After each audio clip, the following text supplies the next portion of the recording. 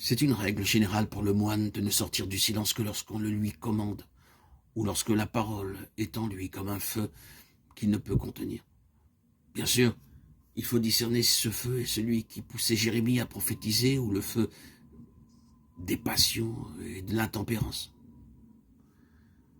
Que ton silence ne soit pas un obstacle à la charité envers le prochain.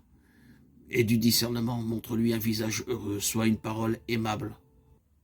Beaucoup par la parole recherchent leur propre gloire. Si tu te tais, on te compte pour rien. Un cœur silencieux et une bouche close, c'est le don que Dieu te propose pour acquérir l'humilité. La parole est sortie du silence et elle est retournée en silence. Si nous parlons et si notre parole vient vraiment du silence de Dieu, alors nous conduirons les hommes vers ce même silence. Marie était un être de silence. En elle, le Verbe s'est incarné. Si tu veux que le Christ vive en toi, cherche le lieu de son repos. Autrement, tiens-toi en silence. Quelques-uns ont entendu les paroles de Jésus. Bien peu ont entendu son silence. Écoute. Garde le silence et le silence te gardera auprès de Dieu. Le moine n'aime pas la solitude et le silence pour eux-mêmes, mais à cause de Dieu qui s'y trouve. Les bavards n'hériteront pas du royaume de Dieu. Comment pourrait-il entendre l'appel de celui qui veut les conduire au désert et, dans le silence, leur parler au cœur? Diadoque de Photice a une belle image pour nous montrer combien garder le silence est une œuvre importante qui nous conduit vers l'union à Dieu.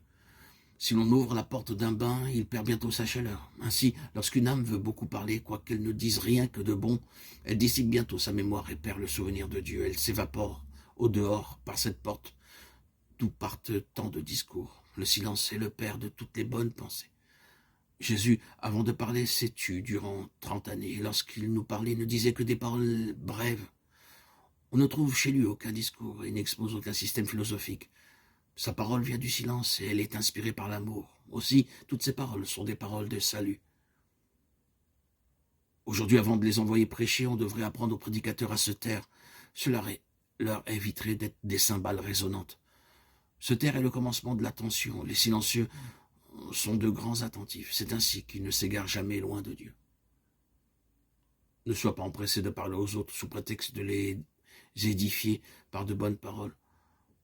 Souviens-toi de l'abbé Pombo, à qui l'on demandait d'adresser une parole au patriarche d'Alexandrie pour son profit spirituel.